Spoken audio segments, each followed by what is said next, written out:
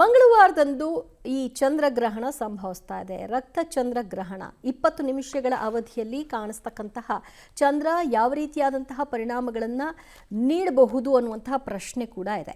ಹೀಗಾಗಿ ಚಂದ್ರಗ್ರಹಣ ದುರಂತದ ಸೂಚನೆ ಎಂದೇ ವಿಶ್ಲೇಷಕರು ಬಹುತೇಕ ಹೇಳ್ತಾರೆ. ಅದರಂತೆ ಜ್ಯೋತಿಷಿ ಪ್ರಕಾಶ್ ಅಮ್ಮಣ್ಣಯ್ಯ ಅವರ ಅಭಿಪ್ರಾಯ ಕೂಡ ಹೌದು. ಚಂದ್ರಗ್ರಹಣ ಸಿಂಹ ರಾಶಿಯಲ್ಲಿ ಹಿಡಿಯುವ ಕಾರಣ ಮನುಷ್ಯರ ಮನಸ್ಸಿನ ಮೇಲೆ ನೇರ ಪರಿಣಾಮವನ್ನು ಬೀರುತ್ತೆ. ಗ್ರಹಣ ಹಿಡಿದ ಕಾಲದಲ್ಲಿ ತಣ್ಣೀರು ಸ್ನಾನ ಮಾಡಿ ದೇವರಿಗೆ ದೀಪ ಹಚ್ಚಿ ಧ್ಯಾನ ಮಾಡಬೇಕು. ಗ್ರಹಣ ಬಿಟ್ಟ ಬಳಿಕವೂ ಕೂಡ ಮಲಿನ ಹೋಗಲು ಸ್ನಾನ ಮಾಡಿ ದೇವರ ನಾಮ ಜಪ ತಪ ಮಾಡೋದು ಸೂಕ್ತ ಅನ್ನೋದು ಅಮ್ಮಣ್ಣಯ್ಯ ಅವರ ಸಲಹೆ.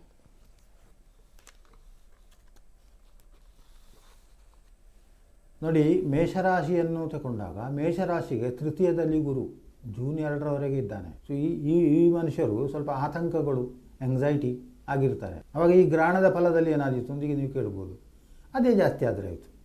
ಹಾಗಾಗಿ ಅವರು ಸ್ವಲ್ಪ ತಾಳ್ಮೆ ಸಂಯಮವನ್ನು ಉಪಯೋಗಿಸಿಕೊಳ್ಬೇಕು. ಇನ್ನು ವೃಷಭ ರಾಶಿಗೆ ದ್ವಿತೀಯದಲ್ಲಿ ಗುರು ತುಂಬ ಒಳ್ಳೆಯದದು. ತುಂಬ ಒಳ್ಳೆಯದು ಕೂಡ ಕೆಟ್ಟದಂತ ಇರ್ಬೋದು. ಯಾಕಂದರೆ ಅಹಂಕಾರ ಬಂದು ಬಿಡ್ತದೆ ಮಧ್ಯದಲ್ಲಿ. ಒಳ್ಳೆ ಲೀಡರ್ಶಿಪ್ ಸಿಗ್ತದೆ ಸಮಾಜದಲ್ಲಿ.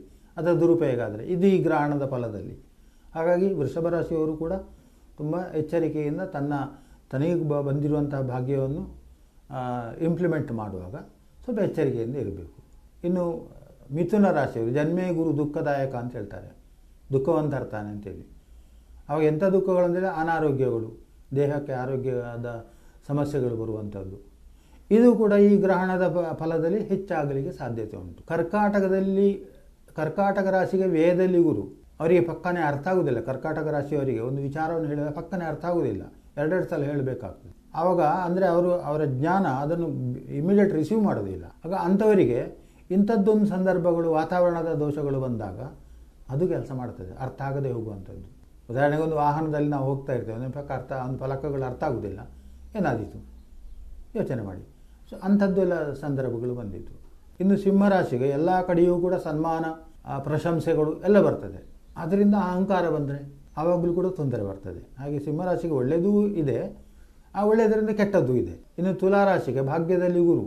ಈ ತುಲಾರಾಶಿಯವರಿಗೆ ತೀರ್ಥಯಾತ್ರೆ ಮಾಡುವಂಥದ್ದು, ಬೇರೆ ಬೇರೆ ಕಡೆ ಹೋಗುವಂಥದ್ದು, ಇಂಥದ್ದೆಲ್ಲ ಒಂದು ಅವಕಾಶಗಳು ಬರ್ತದೆ. ಅದೇ ಅಫ್ಘಾನಿಸ್ತಾನವೋ ಇರಾನಿಗೆ ಹೋಗಿಬಿಟ್ರೆ ಏನಾದಿತ್ತು, ಅಲ್ಲಿ ಕೂಡ ನಾವು ವಿವೇಚನೆ ಬೇಕು. ಇನ್ನು ವೃಶ್ಚಿಕ ರಾಶಿಗೆ ಎಲ್ಲ ಕಡೆ ಒಂದು ರೀತಿಯ ನೆಗೆಟಿವಿಟೀಸ್, ಅಂದರೆ ಅವಮಾನ ಮಾಡುವಂಥದ್ದು ಅಥವಾ ತನ್ನ ಕೆಲಸ ಆಗದೇ ಇರುವಂಥದ್ದು, ಇಂಥದ್ದೆಲ್ಲ ತೊಂದರೆಗಳು ಬರ್ತದೆ. ಆವಾಗ ನಾವು ಏನು ಮಾಡಬೇಕು, ತಾಳ್ಮೆ ಸಂಯಮ ಬೇಕು. ಅದಕ್ಕೆ ಈ ಗ್ರಹಣಗಳ ಎಫೆಕ್ಟ್ ಆಗದಂತೆ ಹೇಗೆ ಇರಬೇಕು ಇದನ್ನು ಯೋಚನೆ ಮಾಡಿಕೊಂಡ್ರೆ. ಧನುರಾಶಿಗೆ ಸಪ್ತಮದಲ್ಲಿ ಗುರು, ಅವರಿಗೆ ವಿವಾಹಕ್ಕೆ ಒಂದು ಯೋಗ್ಯ ಕಾಲ. ವಿವಾಹಿತರಿಗಲ್ಲ, ಅವಿವಾಹಿತರಿಗೆ ವಿವಾಹಕ್ಕೆ ಯೋಗ್ಯ ಕಾಲ. ಆಗ ಅವರು ತಕ್ಷಣ ಒಂದು ಹುಡುಗಿಯನ್ನು, ಒಂದು ಹುಡುಗನನ್ನು ಒಪ್ಪಿಬಿಡ್ತಾರೆ. ಅಂದರೆ ಆ ಯೋಗ ಹೇಳ್ತದೆ ಅದು, ನೀವು ಮದುವೆ ಆಗ್ಬೋದು ಅಂತೇಳಿ. ಅಲ್ಲಿ ವಿವೇಚನೆ ಬೇಕು ಎಂಥದ್ದು ಅಂತೇಳಿ. ಇಲ್ಲಾಂದರೆ ಮುಂದಕ್ಕೆ ಸಮಸ್ಯೆ ಬಂದರೆ, ಯಾಕೆ ಮುಂದಕ್ಕೆ ಜೂನ್ 2ರ ನಂತರ ಅಷ್ಟಮಕ್ಕೆ ಹೋಗೋದು ಗುರು, ಆವಾಗ ಜಾಗ್ರತೆ ಬೇಕು. ಇನ್ನು ಮಕರ ರಾಶಿಗೆ ತೃತೀಯದಲ್ಲಿ ಶನಿ, ಎಲ್ಲದರಲ್ಲಿಯೂ ಕೂಡ ಜಯ. ಅವರಿಗೆ ಸೌಭಾಗ್ಯವನ್ನು ಕೊಡುವಂಥ ಶನಿ ತೃತೀಯದಲ್ಲಿ. ಆದರೆ ಗುರು ಈಗ ಸದ್ಯಕ್ಕೆ ಷಷ್ಠಾಷ್ಟಮದಲ್ಲಿದ್ದಾನೆ. ಅನಾರೋಗ್ಯಗಳು ಆ ಒಳ್ಳೆತನವನ್ನು ನಮಗೆ ಹಿಡ್ಕೊಳ್ಳಿಕ್ಕೆ ಬಿಡುವುದಿಲ್ಲ, ಉಪದ್ರ ಕೊಡ್ತದೆ. ಆವಾಗ ನಮಗೆ ಉಪಾಯಗಳು ಕೆಲವು ಬೇಕಾಗ್ತವೆ. ವಿವೇಚನೆ ಇದ್ದರೆ ಉಪಾಯಗಳು ಬರ್ತವೆ, ಹೇಗೆ ಪಡಿಬೇಕು ಅಂತೇಳಿ. ಇನ್ನು ಕುಂಭರಾಶಿಗೆ ಪಂಚಮದಲ್ಲಿ ಗುರು. ಯಾರೋ ವಿದ್ಯಾರ್ಥಿಗಳು ವಿದೇಶ ಪ್ರಯಾಣವೋ ಇನ್ನೇನಾದರೂ ಹೊಸ ಅಧ್ಯಯನ ಮಾಡುವಂಥದ್ದು, ಹೈಯರ್ ಎಜುಕೇಷನ್ ಮಾಡುವಂಥದ್ದು ಎಲ್ಲ ಯೋಗಗಳು ಉಂಟು. ಆದರೆ ಪೂರ್ವಾಪರ ಯೋಚನೆ ಮಾಡದೆ ನಾನು ಅದು ಮಾಡ್ತೇನೆ ಇದು ಮಾಡ್ತೇನೆ ಅಂತ ಹೇಳಿದರೆ ಯಾವುದೋ ಒಂದು ಕ್ಷಣಕ್ಕೆ ನಾನು ಡಾಕ್ಟರ್ ಆಗಬೇಕು ಅಂತೇಳಿ ಕಾಣ್ತದೆ. ಇನ್ನೊಬ್ಬ ನನ್ನ ಮಿತ್ರನ ನೋಡುವಾಗ ಮತ್ತೊಮ್ಮೆ ಇಂಜಿನಿಯರ್ ಆಗಬೇಕು ಅಂತ ಕಾಣ್ತದೆ. ಅಲ್ಲಿಯೂ ಕೂಡ ನಾವು ಕೆಲಸಕ್ಕೆ ಇಳಿದ ಮೇಲೆ ವಾಪಸ್ ಬರಲಿಕ್ಕಿಲ್ಲ, ತೊಂದರೆಗಳು ಬರ್ತದೆ. ಆವಾಗ ಅದು ಕೂಡ ಈ ಗ್ರಹಣದ ಫಲದಲ್ಲಿ ಅಂಥ ಒಂದು ಮನಸ್ಸನ್ನು ಅಲ್ಲೋಲ ಕಲ್ಲೋಲ ಮಾಡಿದೆ. ಈ ಪಾತ್ರೆಯಲ್ಲಿ ನೀರಿಟ್ಟಾಗೆ ಫುಲ್ಲು ನೀರಿದೆ, ಸುಮ್ಮನೆ ಒಂದು ಬೆರಳಿಗೆ ಮಾಡಿಸಿಬಿಡಿ, ಆ ನೀರು ಹೊರಗೆ ಚೆಲ್ಲಿ ಬಿಡ್ತದೆ, ನೀರು ವೇಸ್ಟ್ ಆಗ್ತದೆ ಅಂತ. ಇನ್ನು ಮೀನರಾಶಿಗೆ ಚತುರ್ಥದಲ್ಲಿ ಗುರು, ಭೂ ಖರೀದಿ ಯೋಗಗಳು ಇತ್ಯಾದಿಗಳೆಲ್ಲ ಉಂಟು. ಅಲ್ಲಿಯೂ ಕೂಡ ಸಮಸ್ಯೆ ಬರ್ಬೋದು, ರೆಕಾರ್ಡ್ ಸರಿ ಇಲ್ಲದೆ ಇರ್ಬೋದು. ಯಾಕೆ ನಮಗೆ ಹಿತ ಆಗಿರ್ತದೆ, ಆ ಭೂಮಿಯನ್ನು ನೋಡೋದು ನಮಗೆ ತುಂಬ ಖುಷಿಯಾಗಿರ್ತದೆ, ಇದು ಬೇಕು ಅಂತೇಳಿ.